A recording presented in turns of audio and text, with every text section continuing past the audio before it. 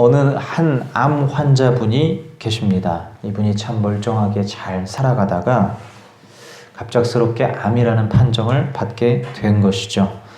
그는 그때의 그 심정을 이루 표현할 수가 없어서 너무나 속상한 마음에 그렇게 표현했습니다. 너무 죽고 싶었습니다.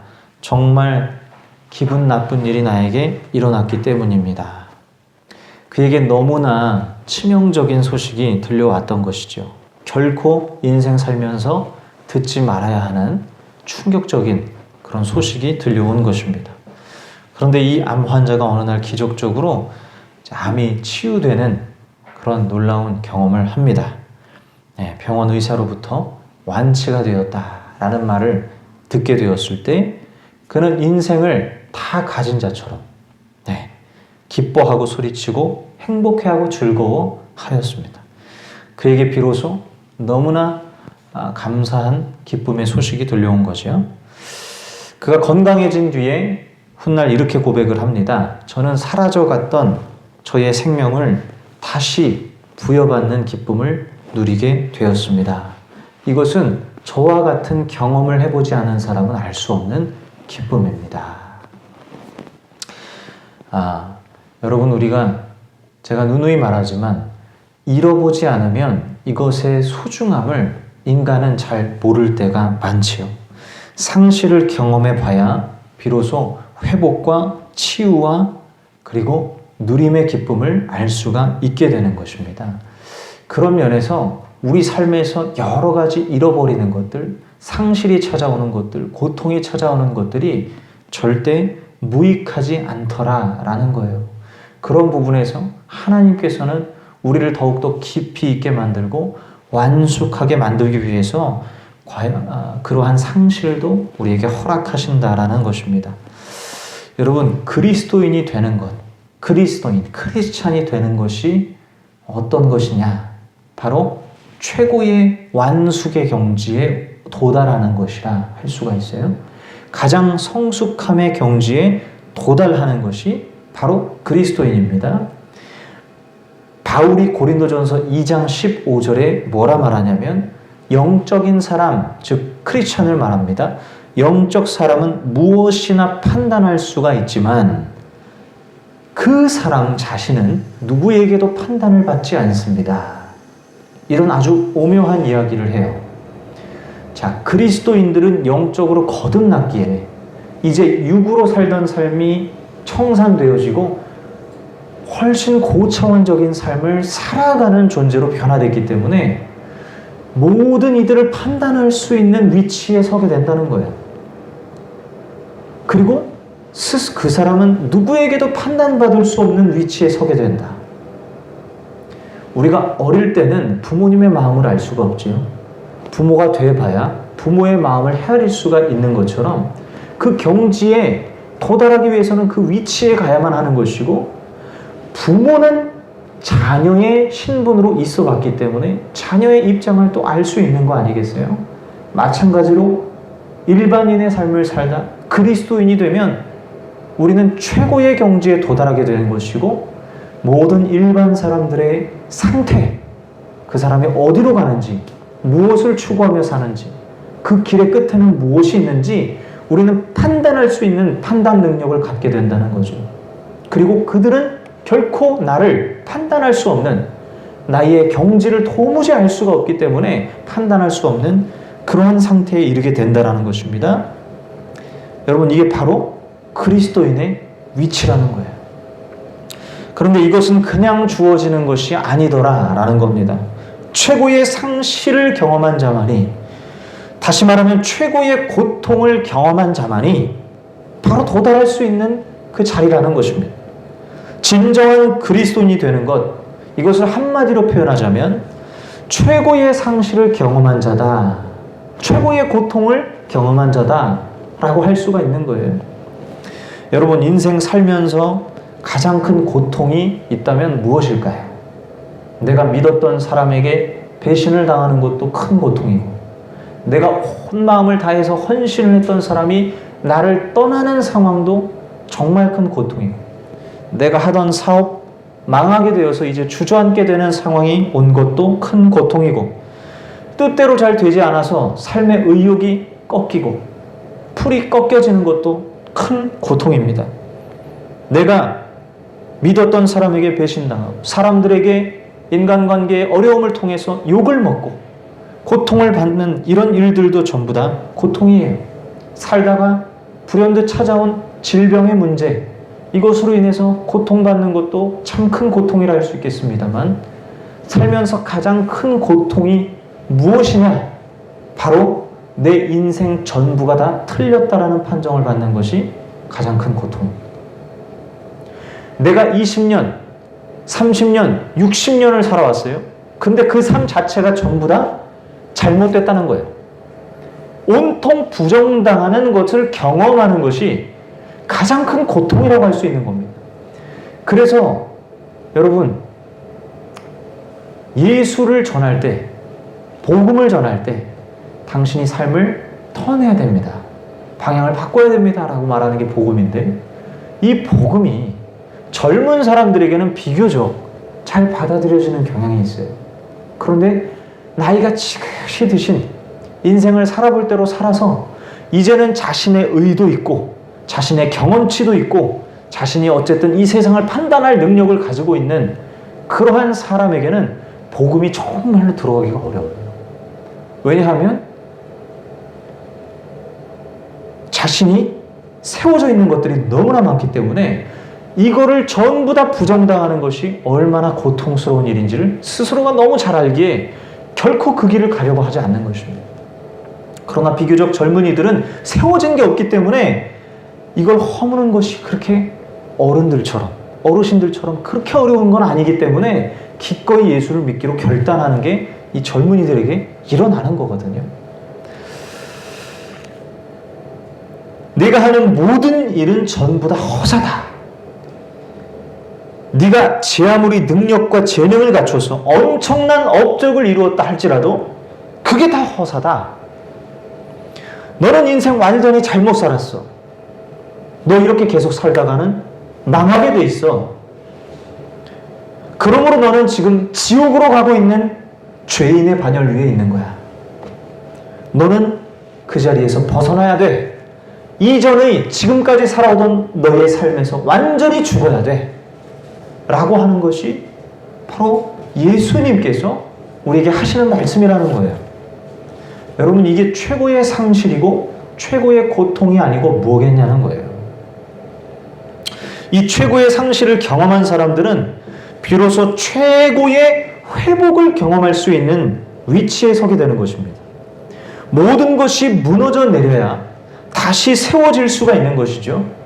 무너지지 않은 채로는 결코 새 것이 세워질 수가 없는 거예요. 제가 이따금씩 이런 경험들을 합니다.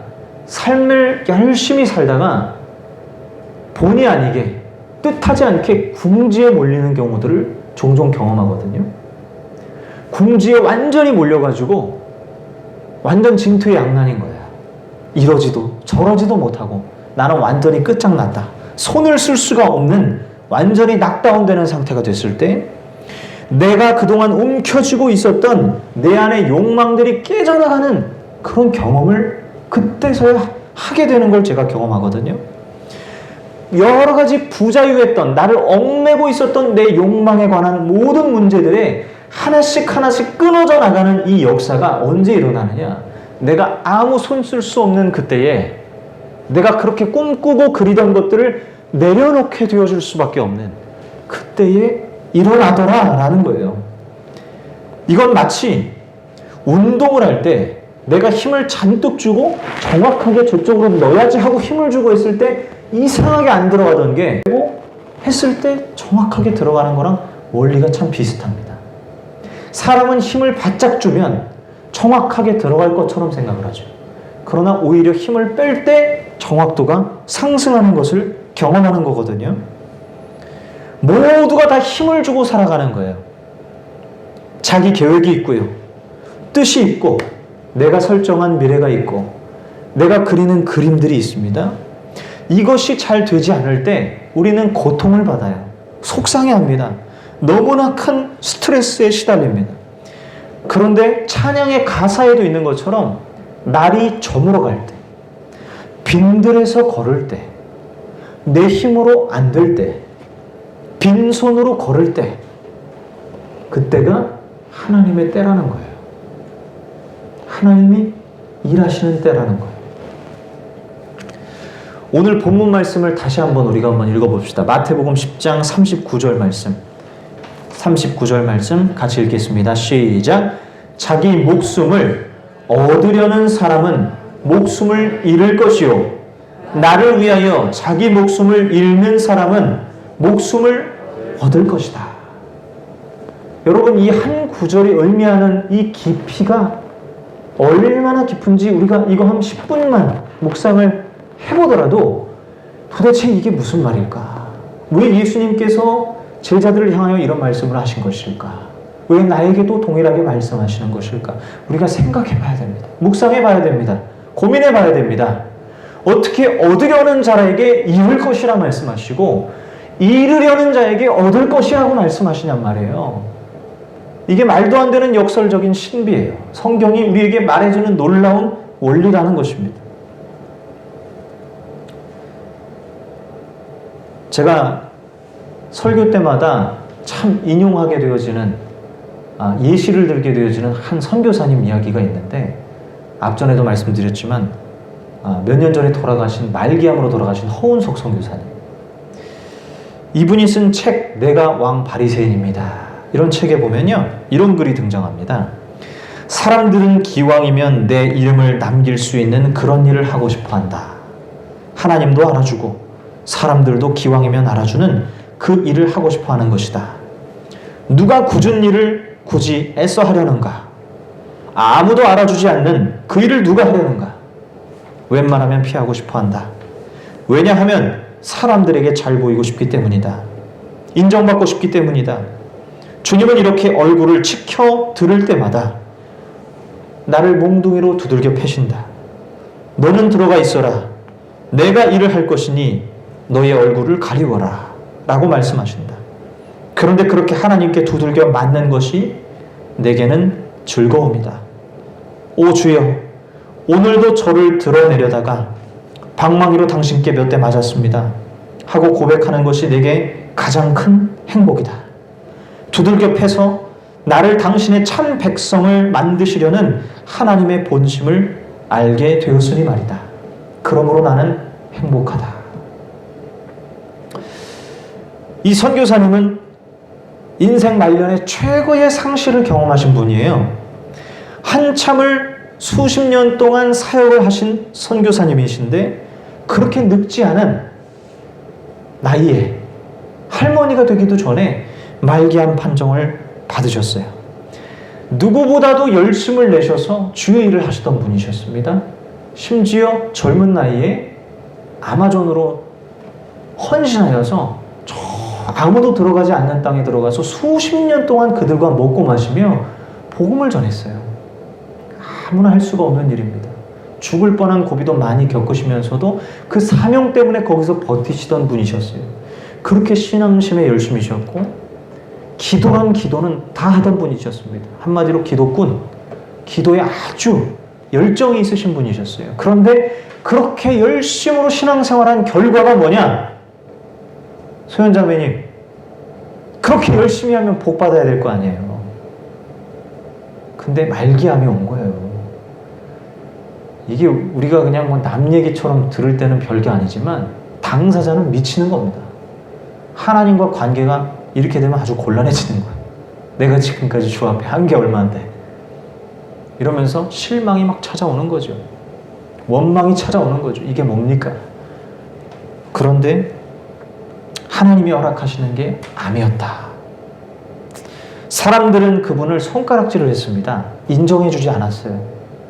어떻게 하나님의 사람이라는 사람이 전 말기암에 걸려서 저렇게 죽을 지경으로 갈 수가 있느냐.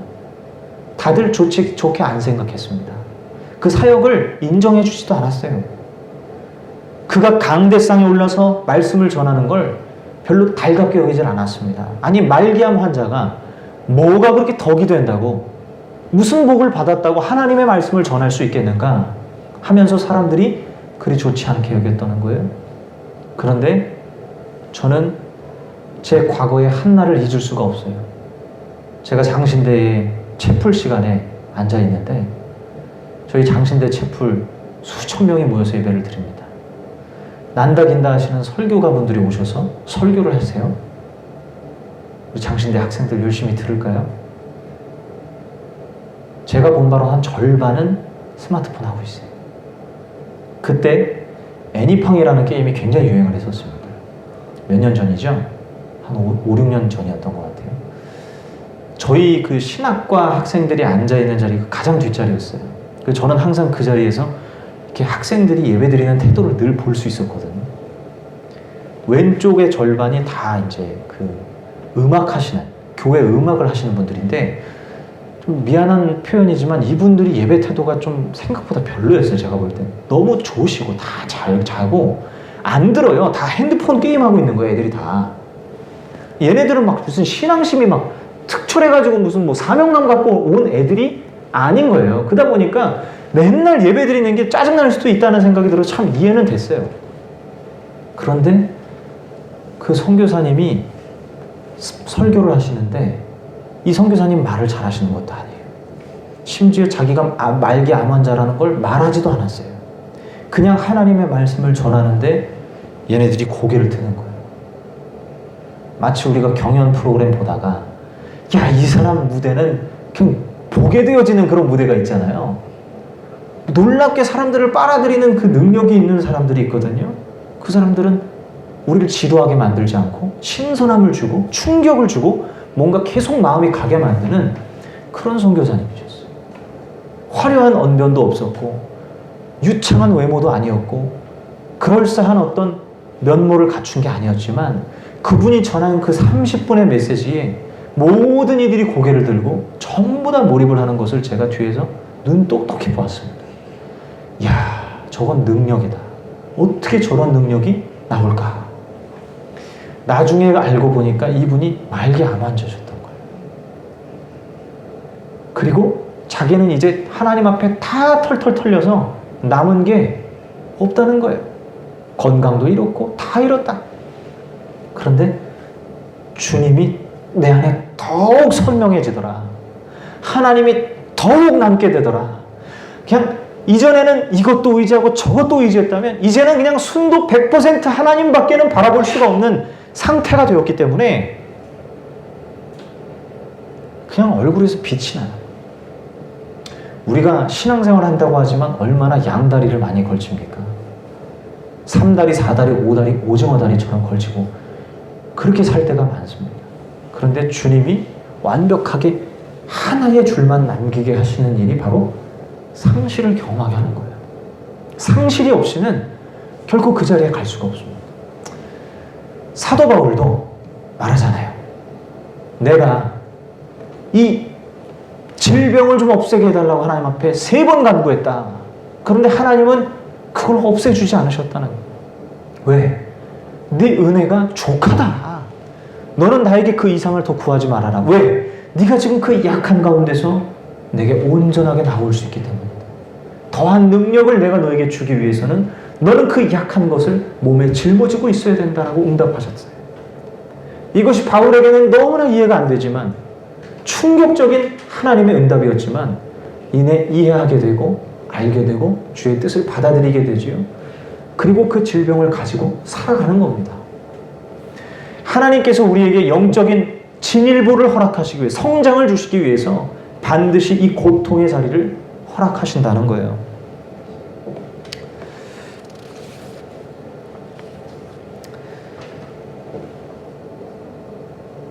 우리는 인생이 마치 영원할 것처럼 생각을 하고 이 인생이 전부인 것처럼 착각하는 게 참 많습니다. 그래서 너 성적은 잘 맞았니? 취직은 어디로 했니? 돈은 얼마나 버니? 여유 있게 살아가고 있니? 노후는 잘 대비해 놓았니? 전부 이 땅에서 먹고 마시는 것, 살아가는 것에 혈안이 되어 있는 거예요. 그런데 주님은 우리를 그러한 삶으로 이끄시는 게 아니라는 것, 그런 걸 원하시는 게 아니라는 것입니다. 기독교는 잘 살아가는 것이 기독교가 아니라 잘 죽는 것이 기독교라. 이렇게 말씀하신 게 기억이 납니다. 이 말은 매 순간 죽음 이후에 저 너머의 부활의 영광을 늘 꿈꾸고 하나님과 평생 같이 살 것을 늘 마음속에 그리면서 이 땅에서 내가 완전히 비워진 채로 주님께 모든 것을 맡기고 주의 뜻대로, 아버지 뜻대로 살겠다라고 하는 그 결심을 하루하루 아침마다 순간마다 하고 살아가는 것이 그리스도인이라는 뜻입니다. 사도행전 20장 22절에서 24절, 보라 이제 나는 성령에 매여 예루살렘으로 가는데 거기서 무슨 일을 당할지 나는 알지 못하노라. 오직 성령이 각 성에서 내게 증언하여 결박과 환난이 나를 기다린다 하시나 내가 달려갈 길과 주 예수께 받은 사명 곧 하나님의 은혜의 복음을 증언하는 일을 마치려 하면은 나의 생명조차 조금도 귀한 것으로 여기지 아니하노라. 고생길을 자처하여 들어갑니다. 바울은 일부러 고난의 길로 들어가는 거예요. 죽음이 온다 하더라도 두려워하지 않아요. 골로새서 1장 24절, 나는 이제 너희를 위하여 받는 괴로움을 기뻐하고 남은 그리스도의 고난을 내 육체에 채운다. 괴로움을 기뻐하고 고통을 기뻐하고 고난을 자기 몸에 채운다라고 말합니다. 마치 고난을 일부러 받으려고 하는 사람처럼 말을 해요.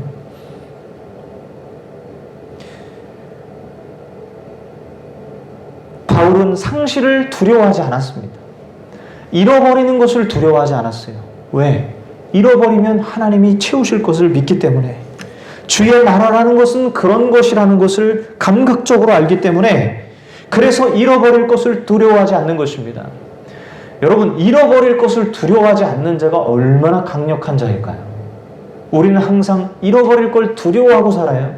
사람들에게 욕먹을 걸 두려워하고 살아요. 내 관계에 문제가 생기고 주변의 사람들이 떠나갈 것에 대해서 두려워하고 살고요. 내가 가진 것을 잃어버릴 것에 대해서 내가 어떠한 평판을 받을까? 어떠한 평가를 받을까? 이런 것에 얼마나 우리가 두려워합니까? 그런데 내가 상실을 두려워하지 않게 된다면 이건 엄청난 자유가 나에게 오는 거예요. 누가 그런 상실을 두려워하지 않을 수가 있겠어요? 바로 그리스도인이라는 겁니다. 크리스찬들이 하나님 앞에 자신의 인생을 맡기면 맡길수록 내가 잃어버리는 것을 두려워하지 않고 오히려 하나님 나라가 내 안에 더 충만하게 들어오는 그러한 기회가 된다라는 거예요.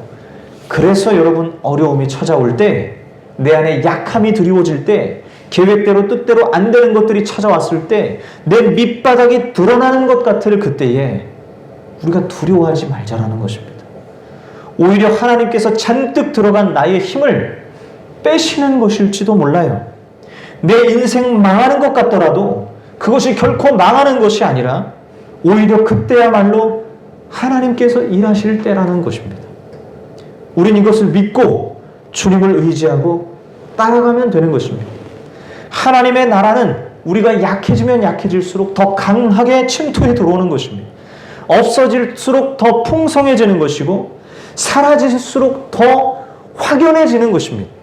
잃을수록 감사하고 빼앗기면 더 주게 되어지는 것이 바로 하나님의 나라다. 주님이 우리에게 주시는 영광이고 축복이다. 이 말이에요. 여러분, 혹시 주변에 조직폭력배와 관계를 맺으신 분 혹시 계십니까? 내 가까운 지인 중에 조폭이 있어. 없죠? 조폭 이러면 너무 좀 영화에서나 나올 법한. 근데 실제로 조직폭력배를 내가 만나서 뭔가 실랑이를 벌이면요, 되게 무섭습니다. 너무 무서워요. 그런 사람들이랑은 웬만하면 엮이고 싶지가 않아요. 너무 두려운 분들이에요. 사람도 막 죽이려고 그러고 막 이러니까 너무 무서워. 그런데 조폭이 제일 무서워하는 사람이 있대요. 누굴까요? 죽자고 덤비는 사람이래요. 죽자고 덤비는 사람. 조폭은 죽음으로 사람을 위협하잖아요. 너 죽을래? 이러면 확 쫀단 말이에요. 그걸로 사람을 쥐락펴락하는 게 조폭들이란 말이죠. 그런데 나 죽을래. 이래버리면 조폭은 어떻게 할 수가 없는 거예요. 진짜로 죽일 수도 없고, 자기 이렇게 하면 안 되는데? 이런 생각이 들면서 오히려 죽자고 덤비는 사람은 무서워가지고 조폭이 도망갑니다. 물론 그냥 죽이는 사람도 물론 있겠지만 그렇게 됐다가 자기가 얼마나 큰 손해를 입겠습니까? 죽자고 덤비는 사람이 얼마나 무서운데요. 영적인 것도 똑같은 거예요. 영적 조폭인 마귀는요, 우리에게 계속 너 그러다 죽는다, 너 그러다 망한다, 너 그렇게 하면 안 된다, 너 끝났다, 이렇게 속삭여요. 그런데 우리가 어떻게 하면 이 영적 조폭을 맞설 수가 있겠습니까? 그래, 나 끝났다. 어쩔래? 그래, 나 죽었다. 죽여봐, 그래. 이렇게 할 때 이 영적 조폭은 어떻게 할 수가 없는 거예요. 그래서 하나님 앞에 완전히 맡겨지고 자신이 완벽하게 비워지고 이제 주님만 의지하고 살겠다는 사람을 마귀가 어떻게 할 수가 없는 거예요. 나는 주 안에서 죽었습니다. 그리고 난 주님만 의지하고 살아갑니다 하는 사람이 가장 신령한 사람이고 가장 고결한, 가장 순도 높은, 가장 높은 경지에 도달한 크리스찬이에요. 우리는 이러한 삶을 추구하고 살아가야 돼요. 이러한 삶으로 하나님 우리를 인도하시기 위해서 시시때때로 우리에게 상실과 고통을 주시는 거예요. 그때 하나님 앞에 두 손 두 발 들고 주님을 의지하면 주님께서 나에게 새롭게 부어주시는 은혜가 있고 비로소 내가 영적인 눌림 가운데서 해방되어지는 경험을 하게 되는 것입니다. 살다 보면 별거 아닌 일들이 참 많은데 왜 그렇게 울고 웃었을까 하는 생각이 들 때가 많죠. 주 안에서 이 모든 것들을 다 극복할 수 있는 길을 하나님께서 열어주시는 것입니다. 주님을 의지할 때 우리는 더 이상 그런 것에 속지 않고 하나님께 맡겨드릴 수 있는 영적 경지에 올라갈 수 있는 거예요. 자, 마지막으로 로마서 14장 8절 말씀에 이런 말씀이 있어요. 우리가 살아도 주를 위하여 살고 죽어도 주를 위하여 죽나니 우리가 사나 죽으나 주의 것이로다. 이것이 바로 우리 믿음의 선진들의 고백이었습니다. 사나 죽으나 나는 주님의 것입니다. 우리 모두가 다 이런 고백을 하나님 앞에 드리면서 살아갔으면 좋겠습니다. 기도하겠습니다.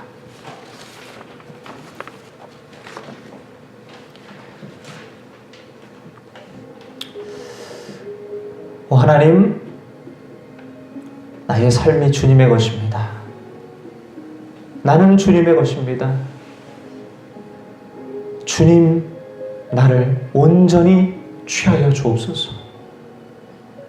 내가 하나님 의지하지 않던 것들을 무너뜨려 주옵소서. 그리고 더욱더 깊은 영적인 단계로 나아가게 하여 주옵소서. 최고의 상실이 곧 최고의 회복을 가져오는 것임을 경험하게 하여 주옵소서. 내 삶의 여러 가지 어려움들이 드리워지는 것을 불안해하기보다, 무서워하기보다, 겁내하기보다 오히려 담대하게 여호와 하나님을 의지하는 도구로 삼게 하여 주옵소서. 마침내 주님은 나에게 승리의 깃발을 가지게 하실 것입니다. 승리의 팻말을 들게 하실 것이고 승리의 배지를 나에게 달아주실 것입니다. 주여, 주님 여호와 하나님을 의지하는 것을 포기하지 않기를 원합니다. 모든 순간 주님께 다 맡기고 하나님 따라가는 자가 되게 하여 주옵소서. 우리 이렇게 간절한 마음으로 우리의 상황을 고백하며 나의 마음을 고하며 하나님 앞에 동성으로 기도합니다. 사랑해 주님 감사합니다. 오 하나님 아버지, 오늘 주신 귀한 말씀 하나님 통하여서 아버지 하나님 우리에게 이야기하시는 놀라운 은혜가 있는 줄 믿습니다. 주여 아버지 하나님 한 사람 한 사람을 하나님께서 더듬어 주시고 아버지 하나님 주여 내 마음 안에 주님 욕망의 끈이 붙어있는 모든 영역들에 완전히 자유하는 역사가 일어나게 하여 주시옵소서. 하나님 아버지, 세상이 정해놓고 내가 정해놓고 내가 정한 기준에 의하여서 나의 삶을 평가하고 판단하지만 하나님 아버지, 이러한 삶이 결코 아버지 하나님 주 안에 주님 아버지 하나님 세워질 수 있는 삶이 아님을 압니다. 주님은 나를 다시 세우시기 위하여 그 모든 것을 허무기를 원하시고 주여 아버지 하나님 죽는 자가 사는 것이고 사는 자는 죽는 것이라고 말씀하신 것처럼 주여 아버지 하나님 내가 죽는 자의 자리에 있게 하여 주시려고 우리에게 그 일을 허락하시는 것임을 믿습니다. 주님 아버지 하나님 약할수록 더욱더 강해질 수 있게 하시고 약할수록 더욱더 주님 앞에 나아가게 하시고 두려울수록 아버지 하나님 불안할수록 주님을 의지하게 하여 주옵소서. 예수의 이름을 의지하게 하여 주옵소서. 하나님의 이름을 부르게 하여 주시옵소서. 주여 나의 아버지 되신 그 하나님께서 아버지 하나님 내 삶을 주님 거룩하고 아버지 하나님 아름답게 이끌어 가실 것을 믿고 주님 앞에 더욱더 내어드리는 삶이 되게 하여 주시옵소서. 오 하나님, 주님 만남고 주님으로 충만하고 주님으로 만족하는 삶이 되게 하여 주시옵소서. 할렐루야. 주님 모든 삶의 순간순간마다 주여 하나님 거룩한 은혜의 향기가 풍겨져 나오게 하여 주시옵소서. 예수 믿는 것은 단순히 주일날 교회만 나오는 것이 아니라 내가 죽는 것이고 예수가 사는 것입니다. 주여 내가 죽고 예수가 사는 역사가 일어나게 하여 주옵소서. 예수로 살아가는 체가 되게 하여 주시옵소서. 주변의 많은 영혼들에게 이 복음 전하고 예수로 사는 삶으로 예수를 증거하게 하셔서 하나님 그들이 주께로 돌아오는 역사가 일어나기를 원합니다. 오늘 하루의 삶을 주님 앞에 제물되어 드리게 하시고 아버지 하나님 주의 영광이 내 삶 통해서 거룩하게 나타나게 하여 주옵소서. 내 안의 모든 두려움을 다 거두어 가시고 온전히 여유와 자유함과 기쁨으로 살아가게 하여 주옵소서. 모든 불안을 잠재우시고 아버지 하나님 주님께 맡겨진 삶으로 가장 평안한 삶으로 내 삶을 인도하여 주옵소서. 다시 한번 통성으로 기도합니다. 사랑해 주님 감사합니다. 오 하나님 아버지, 이 시간 주여 주님을 의지합니다. 주님을 아버지 하나님 바라봅니다. 하나님 의지하는 데서 아버지 하나님 나오는 모든 자유함이 우리에게 축복으로 부어지게 하여 주시옵소서.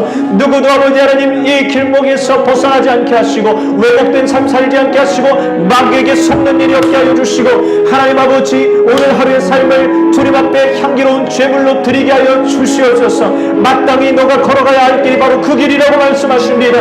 이 시대를 분별하여서 주님이 기뻐하시고 아버지 하나님 온전하신 뜻이 무엇인지 분별하여서 나의 삶을 제물로 드리고 하나님 아버지 나아갈 때에 주님이 나를 인도하실 줄 믿습니다. 우리 성도님들의 삶을 인도하실 줄로 믿습니다. 청년들의 삶을 이끌어 가실 줄로 믿습니다. 주여 뜻대로 계획대로 되지 않는다고 할지라도 하나님 아버지 그것이 절망의 끝이 아니라 하나님 오히려 회복의 기류가 되게 하시고 회복의 역사가 일어나는 일이 되게 하시고 하나님 새로운 국면으로 나아갈 수 있는 새로운 세계로 깊이 들어갈 수 있는 귀한 아버지 하나님 도구가 되게 하여 주시옵소서. 하나님 아버지 인도하실 줄 믿습니다. 놀라운 역설의 신비로 주님 살게 하여 주옵소서.